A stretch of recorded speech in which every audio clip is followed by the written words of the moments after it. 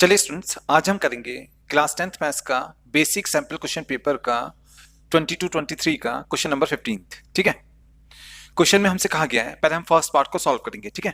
Question के first part में हमसे ये कहा गया है, find the perimeter of a quadrant of a circle of radius 14 centimetre.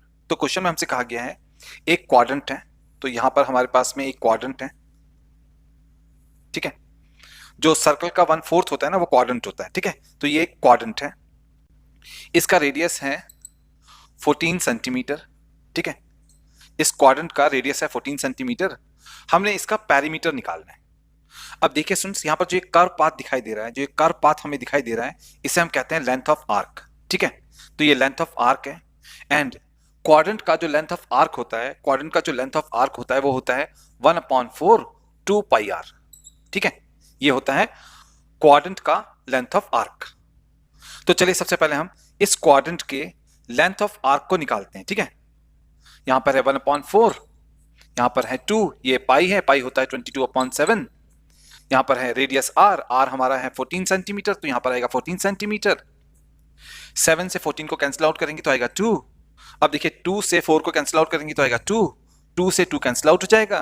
तो यहां पर हमारे पास में इस क्वाड्रेंट का जो ये लेंथ ऑफ आर्क है, ये आ जाएगा 22 सेंटीमीटर। अब देखिए स्टूडेंट्स, ये भी रेडियस है, ये भी रेडियस है, ये भी 14 सेंटीमीटर का है ना। तो अगर हम ये जो लेंथ ऑफ आर्क है, जो कि यहां पर हमने निकाला है 22 सेंटीमीटर, इसको, इस रेडियस को और इस रेडियस को ऐड कर दें, तो हमारे पास में इस क्वाड्रेंट का पेरीमीटर आ जाएगा। ठीक है। तो हमारे क्वाड्रेंट का जो पेरीमीटर होगा, जो पेरीमीटर ऑफ क्वाड्रेंट होगा, वो हम निकालेंगे। तो कैसे निकालेंगे? पेरीमीटर ऑफ क्वाड्रेंट को निकालने के लिए हम इस लेंथ ऑफ आर्क को, जो कि है L, इसके साथ में हम इस वाले रेडियस को एंड इस वाले रेडियस को जोड़ लेंगे ना। तो हमारा पेरीमीटर ऑफ क्वाड्रेंट हो जाएगा, देखिए यहां पर है length of arc, length of arc हमने निकाला है 22 सेंटीमीटर, तो लेंथ ऑफ आर्क की जगह पर आएगा 22 सेंटीमीटर। फिर यहां पर है आर, रेडियस, रेडियस हमारा है 14 सेंटीमीटर, तो रेडियस की जगह पर आएगा 14 सेंटीमीटर। ठीक है। यहां पर भी रेडियस है, ये भी 14 सेंटीमीटर है ना। इन सबको हम ऐड कर लेंगे। जब हम इन सबको ऐड कर लेंगे, जब हम इन सबको ऐड कर लेंगे, तो हमारे इस क्वाड्रेंट का ना पूरा पेरीमीटर आ जाएगा ना।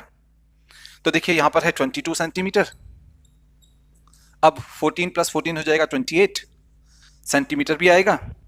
अब जब हम 22 और 28 को ऐड करेंगे तो आएगा 50 सेंटीमीटर भी है।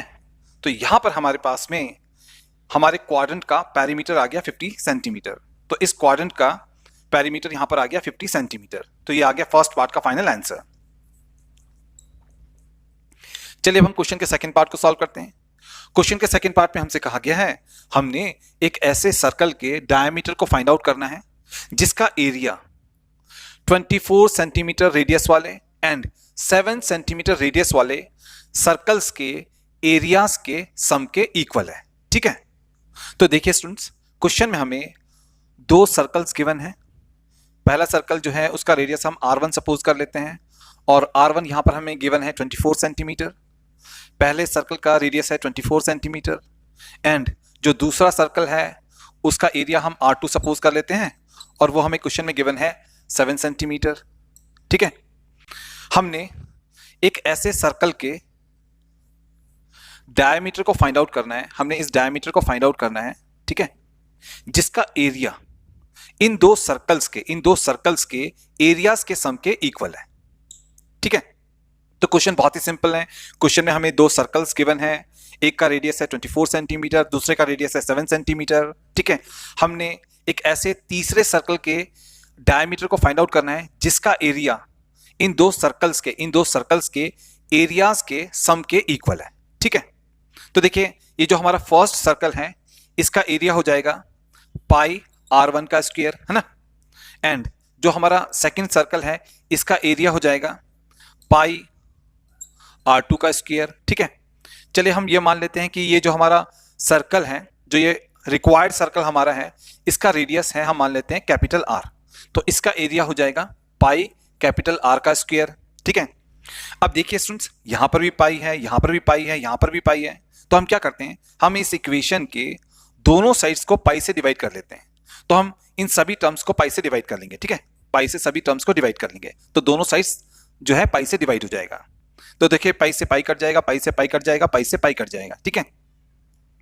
अब यहां पर हमारे पास में आ गया है R1 का स्क्वायर। R1 हमारा है 24 सेंटीमीटर।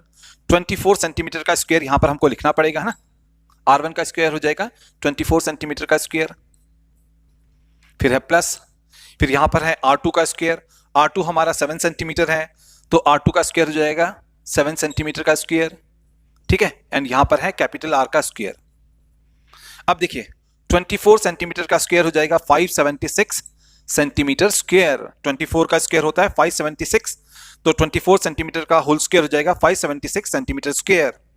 फिर यहां पर है प्लस 7 सेंटीमीटर का होल स्क्वायर हो जाएगा 49 सेंटीमीटर स्क्वायर, ठीक है। एंड राइट हैंड साइड में है आर का स्क्वायर, कैपिटल आर का स्क्वायर, है ना। अब देखिए 576 प्लस 49 हो जाएगा 625, एंड दोनों में सेंटीमीटर स्क्वायर है, तो यहां पर सेंटीमीटर स्क्वायर आ जाएगा, है ना। एंड राइट हैंड साइड में हमारे पास में है कैपिटल आर का स्क्वायर। अब हम यहां से आर स्क्वायर है ना यहां पर, अब हम यहां से स्क्वायर को हटाएंगे, यहां से स्क्वायर को हटाएंगे, यहां पर स्क्वायर रूट लगा लेंगे, है ना।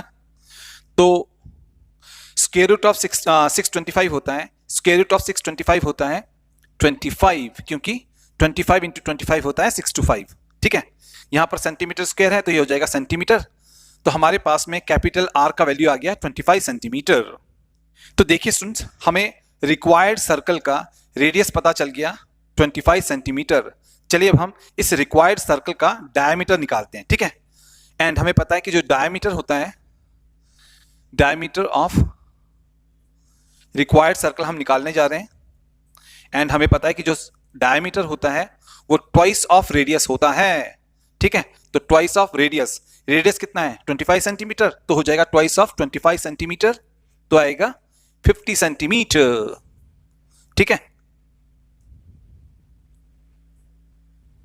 तो देखिए यहां पर हमारे पास में हमारे इस रिक्वायर्ड सर्कल का डायमीटर आ गया, यहां पर आ गया 50 सेंटीमीटर, ठीक है। तो यह आ गया हमारे इस क्वेश्चन का फाइनल आंसर।